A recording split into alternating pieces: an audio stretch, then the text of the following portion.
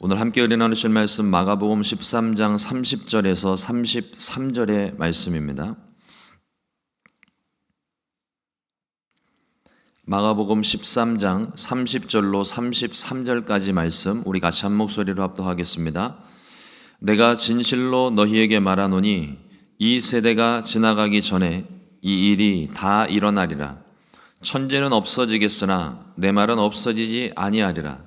그러나 그날과 그때는 아무도 모르나니 하늘에 있는 천사들도 아들도 모르고 아버지만 아시느니라. 주의하라, 깨어있으라. 그때가 언제인지 알지 못함이라. 아멘. 오늘 함께 본독한 마가복음 13장 30절로 33절의 말씀 가지고 깨어있어야 합니다. 이와 같은 제목으로 함께 말씀의 은혜를 나누겠습니다.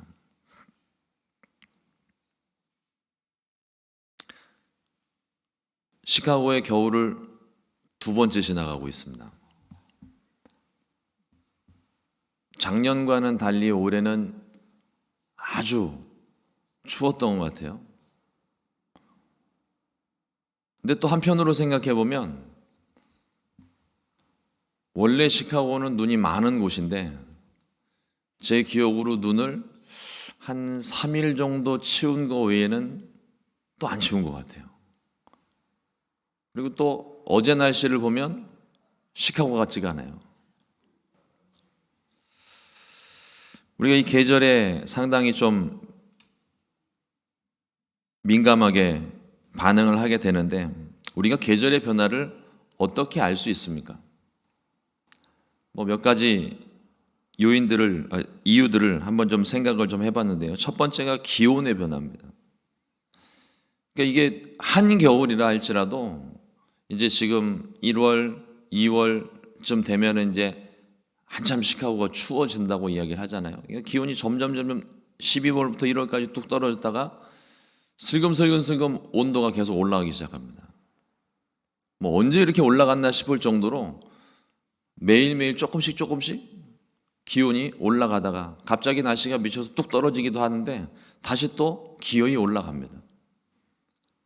또 여름이 한참 무르익어서 날씨가 막 뜨거워지다가도 또 시간이 지나면 어느 순간부터는 꺾여서 점차로 내려와요. 붙잡아 매놔도 내려오더라고요. 난 겨울 싫은데 이 좀 여름을 조금 더 지냈으면 좋겠다. 한 10년 정도 그렇게 살다 보니까요. 이제 더운 게 오히려 더 좋아요. 시카고에 한 10년 살면 이제 또 추운 게 좋아지겠죠. 기온의 변화가 생기면 이제 겨울이 다가오는구나. 기온이 올라가면 여름이 다가오는구나. 상태를 알 수가 있습니다.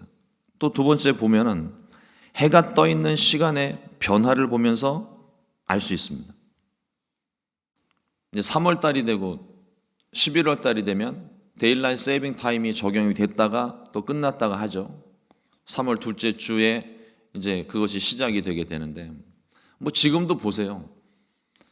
한참 겨울일 때 그때 보면 12월 하순경 되면 한 4시 반쯤만 되면은 벌써 어둑어둑해집니다. 퇴근할 시간 되면은요 이게 밤인지 저녁인지 구별이 안 될 정도로 캄캄해요.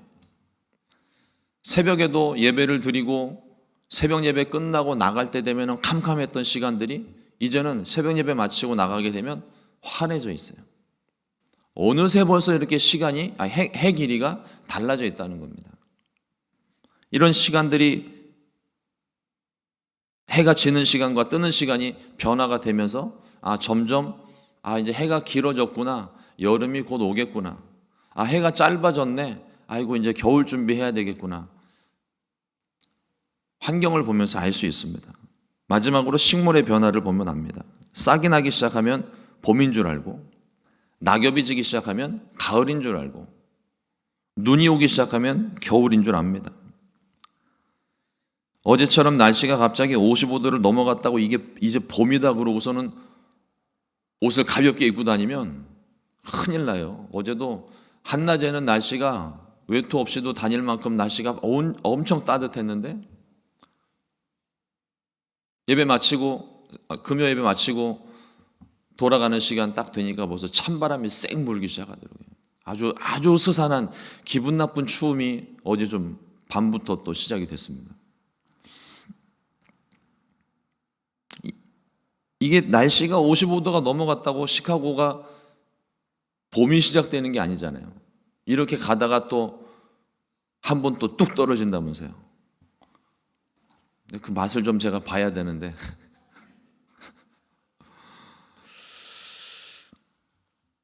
온 세상이 지금 이상기후를 이야기합니다. 시카고도 이상기후를 이야기를 하고 있고 한국에도 지금 이상기후가 굉장히 좀 심한 것 같아요. 며칠 전에 뉴스를 보니까 경남 김해 지역에 이상기후가 생기면서 개구리가 11월 달부터 동면에서 깨가지고요 12월 달부터 알을 낳기 시작했대요. 12월 달에 개구리는 땅속에 있어야 되는 인양반들이 밖에 나와서 알을 낳고 그 알들이요 심지어는 부화가 돼서 올챙이가 된 상태로 갑자기 또 추워지니까 그대로 얼어버린 거예요. 알도 얼고 올챙이도 얼고 도롱뇽도 얼고 다 얼어버렸어요. 이런 일들이 자꾸 이제 반복이 되게 되면은 개체 수가 줄어들게 되고 점차로 적응 못하는 종류들은 멸종을 하게 되겠죠.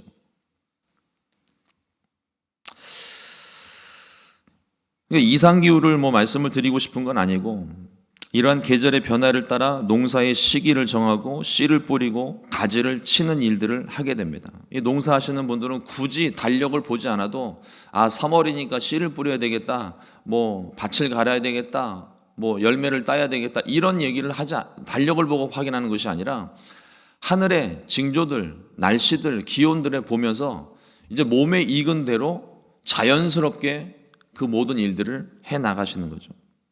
그러니까 계절의 변화를 보고 해의 길이를 보며 지금 무엇을 해야 되는지 안다는 것입니다. 이것이 하나님께서 자연에 심어두신 창조의 질서이고 생명의 원리입니다. 영적인 부분에서도 이 원리가 그대로 적용이 됩니다.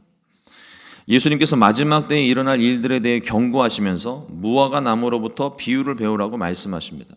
가지가 연하여지고 잎이 무성하여지면 여름이 가까운 줄 아나니 이렇게 말씀합니다.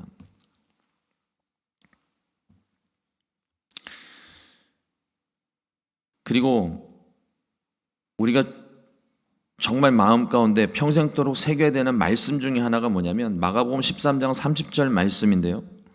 내가 진실로 너희에게 말하노니 이 세대가 지나가기 전에 이 일이 다 일어나리라. 우리가 이 말씀을 마음 가운데 새기고 또 분별해야 되는 것이 뭐냐면 이 세대가 우리는 이 말씀을 볼 때 너무나도 익숙하게 이 세대가 지나가기 전에 종말이 임할 것이다 라고 하는 주님께서 다시 오실 것이라 하는 다시 오심에 초점을 맞추기 쉬운데요. 이 말씀의 핵심은요. 마지막 때 앞서 예수님께서 말씀하신 마지막 때에 일어나는 일들에 대해서 쭉 말씀을 하셨는데 이 마지막 때에 일어나는 모든 일들이 반드시 일어날 것이라는 거에 초점이 맞춰져 있습니다. 다시 오심에 초점이 맞춰진 게 아니라 이 다시 오시기 전에 주님께서 말씀하신 모든 마지막 때의 징조들이 반드시 이루어질 것이다. 그 말은 뭐냐면 그러니까 큰 내용 면에서 큰 차이가 있는 것은 아닙니다. 다만 중점으로 이야기하는 부분이 주께서 다시 오시는 것보다 그 이전에 이와 같은 징조들이 반드시 있을 것이다. 이것이 있고 난 다음에 주님이 다시 오신다라고 하시는 것을 말씀하시는 거예요.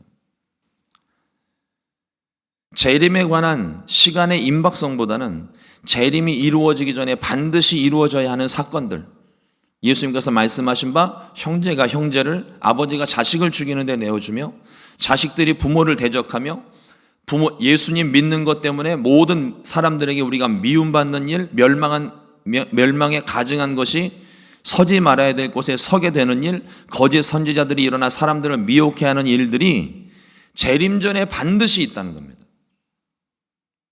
마지막 때가 되어가면 더 많은 일들이 일어나게 될 거예요.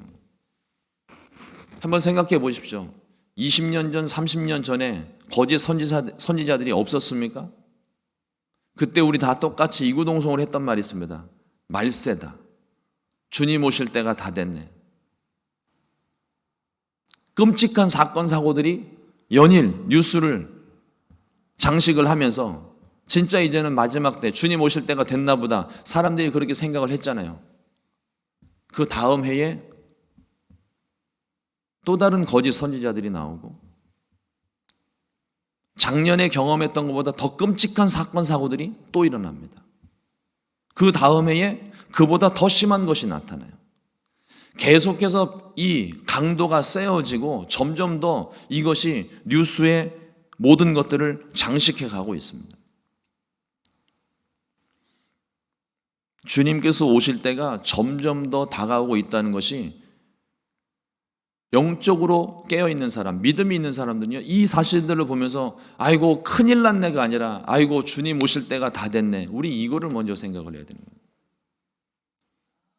그러므로 우리가 더욱더 깨어 있어야 되고 이와 같은 시대적인 징후들을 분별할 수 있어야 할 줄로 믿습니다. 마가복음 13장 32절에 보면 그러나 그날과 그때는 아무도 모르나니 하늘에 있는 천사들도 아들도 모르고 아버지만 아시느니라. 그날과 그때는 아버지만 아신다. 하나님만 아신다 말씀하십니다. 예수님 자신도 모르신다고 말씀하세요. 이단들이 이거를 역으로 이용을 하죠. 그날과 그때는 아무도 모르는데 지들만 안돼요. 그리고 날짜를 지정해 놓고 그날까지 우리 산으로 갑시다, 섬으로 갑시다. 자기네들끼리 모여서 재산 다 팔고 다 내게 바쳐라. 그리고 어느 날 갑자기 교주는 사라져요. 휴고됐는지 없어져요. 그러면 거기에 남아있는 사람들만 불쌍하게 되는 거죠. 주의 말씀을 우리가 정확히 알고 있어야 됩니다. 그 날과 그 시는 아무도 모르는 거예요. 누가 날짜 딱 지정하는 순간 그 사람은 이단인 것이고 거짓 선지자인 거고요. 설령 정말 우연의 일치로 하나님께서 작정하신 그 날과 그 시에 이 사람이 뒷걸음질 치다가 쥐잡는 격으로 우연히 맞췄다고 한번 생각해 봅시다. 제 생각에는 하나님이 그 날짜를 땡기시든지 미루시든지 바꾸실 것 같아요. 말씀이 이루어져야 되잖아요. 아무도 모른다고 그랬어요. 근데 뒷걸음질 치다가 이걸 맞춰놨으니 이걸 어떻게 해요? 옮겨야지. 그럴 리도 없겠지만 우리가 이 말씀을 통해서 깨달아야 되는 것이 무엇이냐면 그날과 그 시는 알지 못하지만 앞서 예수님께서 말씀하신 것처럼 무수히 많은 징조들을 말씀하셨잖아요. 그 징조들을 보면서 주님 오실 때가 되었다는 것을 우리가 알고 준비해야 된다는 걸 말씀하시는 거예요. 무화과 나무의 비유를 말씀하신 것처럼 가지가 연하여 지고 잎사귀를 내면 여름이 오는 것을 아는 것처럼 해가 뉘엿뉘엿 넘어가면 굳이 시계를 보지 않아도 퇴근 시간이 가까운 것을 아는 것처럼 예수님께서 말씀하신 마지막 때의 징조들이 나타나면 아버지의 때가 가까웠음을 우리가 알 수 있다는 거예요. 모르는 게 아니에요. 어느 날 갑자기 아무런 예고도 없이 그냥 하나님이 탁 나타나시는 게 아니라는 겁니다. 징조들이 있다는 거예요. 이 징조들을 왜 보여주시는 걸까요? 준비하라는 겁니다. 마음에 준비하라는 거예요. 주님께서 거듭 강조하시는 말씀, 우리가 오늘 함께 보는 이 말씀의 단락 안에서만도 몇 번 반복하고 있는 말씀이 있습니다. 마가복음 13장 33절 말씀에 주의하라 깨어 있으라 그때가 언제인지 알지 못함이라. 주의하라 깨어 있으라 말씀합니다. 계속 반복해서 말씀하십니다. 13장 안에서만 3번이나 반복을 하고 계세요. 그만큼 지금 경고하고 계신다는 거죠. 이스라엘이 멸망하기 전에 하나님의 선지자들은 이스라엘을 향해서 회개할 것을 선포했습니다. 그러나 거짓 선지자들은 사람들을 쫓아다니며 평안하다, 평안하다, 그런 일 없다, 저 사람이 미쳐서 저 얘기한다, 사람들을 혼란스럽게 만들었어요. 그렇게 해서 하나님의 임박한 심판을 그들이 준비하지 못하게 외면하게 했습니다. 뭐 그들이 하나님의 심판을 받게 하려고 그렇게 일부러 큰 그림 그리면서 얘기를 한 게 아니에요. 자기도 그 심판에 대한 것을 알지 못하니까 그저 사람들의 귀를 즐겁게 하고 마음을 즐겁게 해서 그 사람으로부터 뭔가를 좀 얻어내기 위한 그런 얄팍한 상수를 쓰고 있었다는 거죠. 우리가 만사형통을 바라지만 평안이 능사가 아닙니다. 주님은 필요에 따라서 문제를 허락하실 때가 있어요. 거기에는 반드시 목적이 있습니다. 하나님께서 의도하신 것이 있어요. 저는 숱하게 그런 경험들을 많이 했는데 기왕에 어차피 응답해 주실 거, 하나님 우리가 기도하면 다 응답해 주시는데 기왕에 응답해 주실 거 좀 빨리 응답을 해 주시면 고생은 좀 덜할 거 아니에요. 마음고생 덜하고 몸도 고생 덜하고 미리미리 준비할 수 있을 것 같은데 그건 다 우리 생각인 거예요.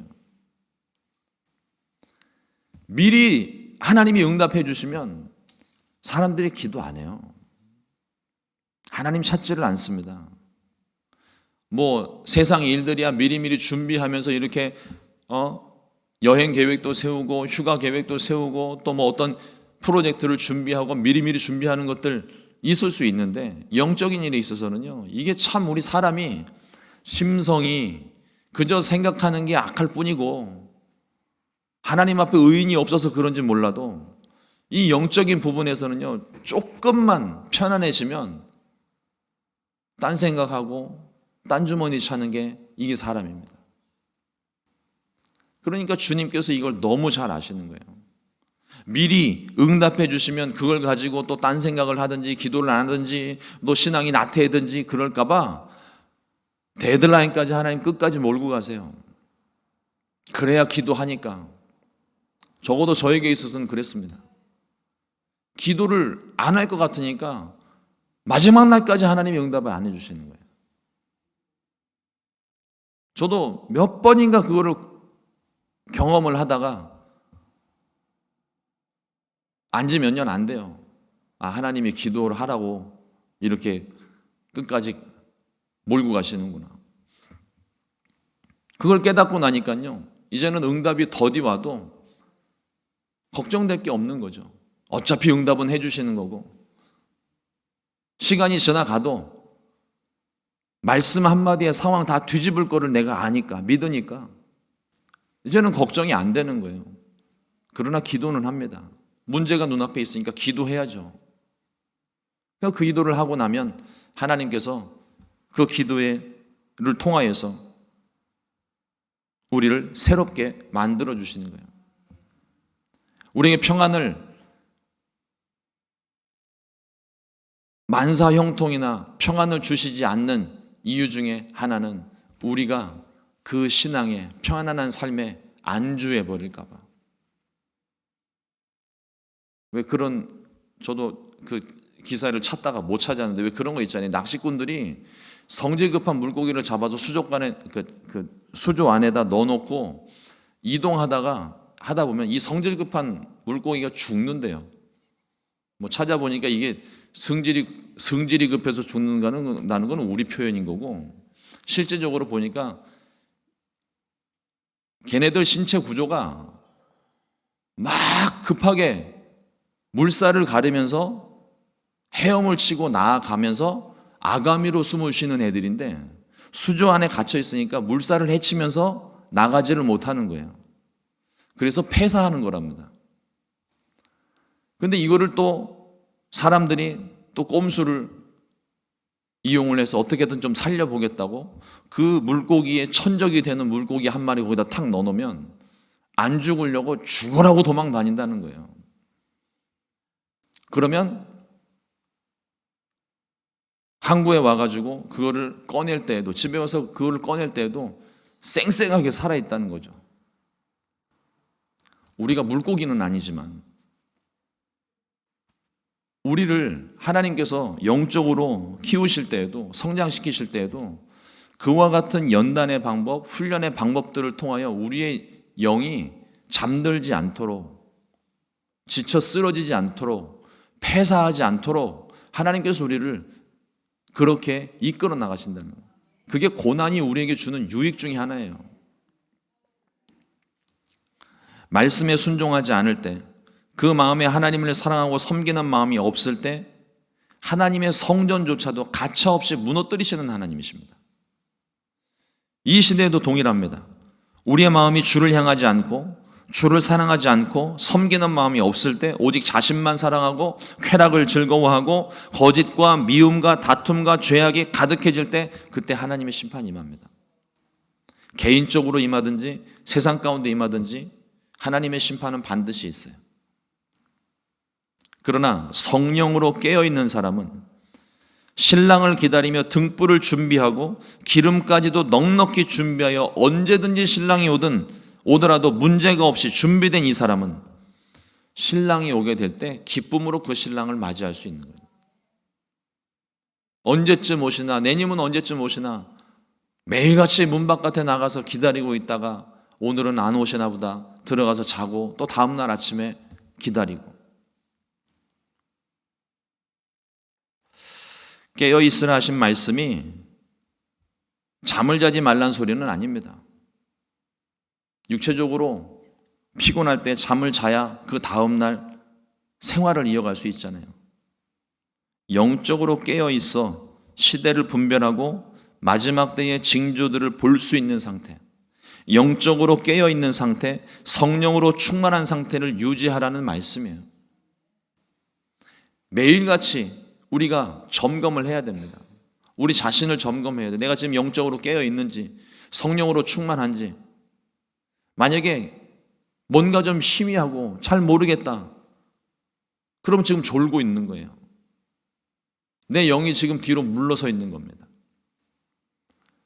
마음에 확신이 들 때까지 끊임없이 하나님께 기도하고 또 기도해서 성령 충만하고 이 확신이 서게 되는 그날까지, 주님 오시는 날까지 이 확신이 꽉 채워질지는 모르겠지만 더더욱 우리는 기도를 해야 됩니다.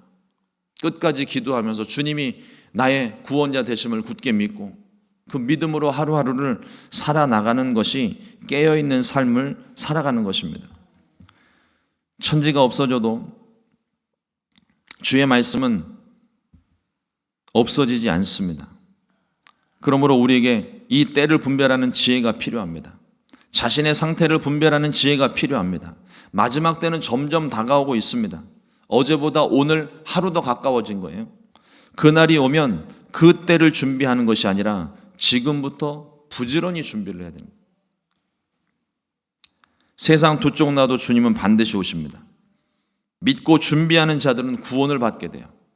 그러나 준비하지 않은 사람들은 주께서 다시 오시게 될 때 아무리 주님을 불러도, 주님 내가 옛날에 예수님 이렇게 믿었었는데, 주님을 위해서 열심히 헌신하고 봉사했었는데, 아무리 주님을 찾아도 내가 너를 도무지 알지 못한다, 준엄한 심판의 메시지만 듣게 될 겁니다. 그러므로 잠자는 영혼들을 우리가 깨우고 성령으로 충만해져서 주님을 맞이할 수 있는 준비가 필요합니다. 오늘 그 준비를 시작하시고 깨어있게 되시기를, 성령으로 충만하게 되시기를 우리 주님의 이름으로 축원합니다. 기도하겠습니다. 좋으신 하나님 감사합니다. 오늘도 주의 말씀을 허락하여 주시고, 하나님 어쩌면 어느 누군가에게는 잊고 있었던 마지막 때의 일들, 주님 다시 오심에 대한 경각심을 다시금 일깨워 주시니 감사합니다. 하나님 편안한 삶에만 안주하지 않게 도와주시고, 하나님께서 우리를 끊임없이 이끄셔서 깨어있는 사람이 될 수 있게, 또 성령으로 충만하게 하셔서 영들을 분별하고 또 시대를 분별할 수 있게 우리를 인도하시오니 믿음으로 순종하며 나아갈 수 있게 도와주시고, 그리하여서 주님 오시는 그날에 기쁨으로 주님을 맞이할 수 있게, 두려움 속에서 초조해하며 기다리는 것이 아니라 준비된 상태로 언제든 주님 다시 오시든 내가 그 주님을 맞이할 수 있게 믿음으로 기다릴 수 있도록 도와주시옵소서. 주님, 우리에게 믿음을 더하여 주옵소서. 조금도 의심하지 않고 믿는 믿음을 우리 가운데 허락하여 주시옵소서. 마지막 때 주님 찾으시는 그 믿음을 우리가 오늘 갖기를 원합니다. 믿음으로 하루를 살게 하여 주시고 그 믿음으로 준비할 수 있도록 도와주시옵소서. 오늘도 하나님, 우리가 가지고 있는 수많은 문제들 하나님께 아뢰입니다.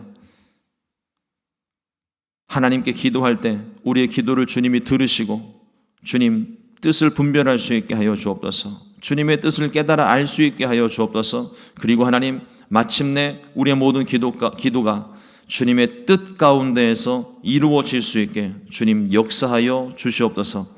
연약한 질병을 놓고 육체를 놓고 주님 손을 얹고 기도할 때 하나님 피 묻은 손으로 주님이 친히 안수하여 주사 주님 깨끗함을 얻게 하여 주시고 모든 육체가 회복되도록 도와주시옵소서. 오늘도 주의 크신 은혜가 우리 가운데 충만하게 임하실 줄로 믿고 예수님의 이름으로 기도드렸습니다. 아멘. 주님과